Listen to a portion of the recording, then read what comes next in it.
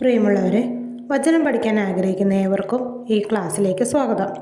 ദിവസവും ഒരു വചനം വീതം പഠിക്കുകയും എല്ലാ ദിവസവും അത് ആവർത്തിച്ച് ഏറ്റുപറഞ്ഞ് ഓർമ്മിക്കാൻ ശ്രമിക്കുകയും വീണ്ടും എല്ലാ ശനിയാഴ്ചകളിലും റിപ്പീറ്റ് ചെയ്ത് പഠിക്കുകയും ചെയ്യുന്ന ഒരു രീതിയിലാണ് നമ്മുടെ ഈ ക്ലാസ് ക്രമീകരിച്ചിരിക്കുന്നത്.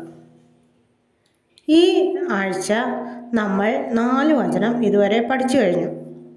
ആദ്യം തന്നെ അത് ഒന്നുകൂടി ഓർമ്മിക്കാം. ലേവ്യർ 19:32 പ്രായം ചെന്ന നരച്ചവരുടെ മുമ്പിൽ ആദരപൂർവ്വം എഴുന്നേൽക്കുകയും അവരെ ബഹുമാനിക്കുകയും വേണം.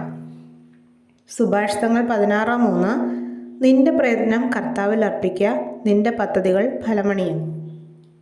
സങ്കീർത്തനങ്ങൾ 27:1 കർത്താവ് എൻ്റെ പ്രകാശവും രക്ഷയുമാണ്, ഞാൻ ആരെ ഭയപ്പെടണം.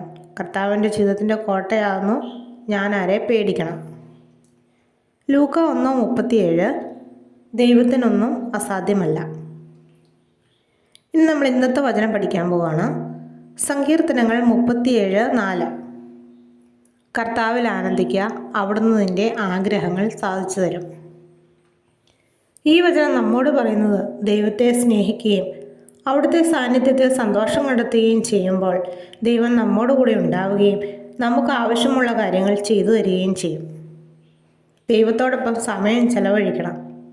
പേഴ്സണൽ പ്രെയർ ചെയ്യാം, ദിവികാരുണ്യ ആരാധന ചാപ്പലുകളിൽ സമയം കിട്ടുമ്പോൾ പോകാം, ബൈബിൾ വായന, പ്രാർത്ഥന, വചനപഠനം, വിശുദ്ധ കുർബാന, ഇങ്ങനെ ദൈവത്തിൻ്റെ കാര്യങ്ങളിൽ ശ്രദ്ധ ചെലുത്തുമ്പോൾ നമ്മുടെ ഭൗതിക കാര്യങ്ങളും ദൈവം ചെയ്തു തരും.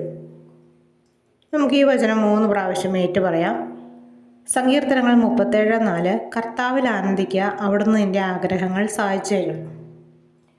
സങ്കീർത്തനങ്ങൾ 37:4 കർത്താവിൽ ആനന്ദിക്കുക, അവിടുന്ന് നിൻ്റെ ആഗ്രഹങ്ങൾ സാധിച്ചു തരും.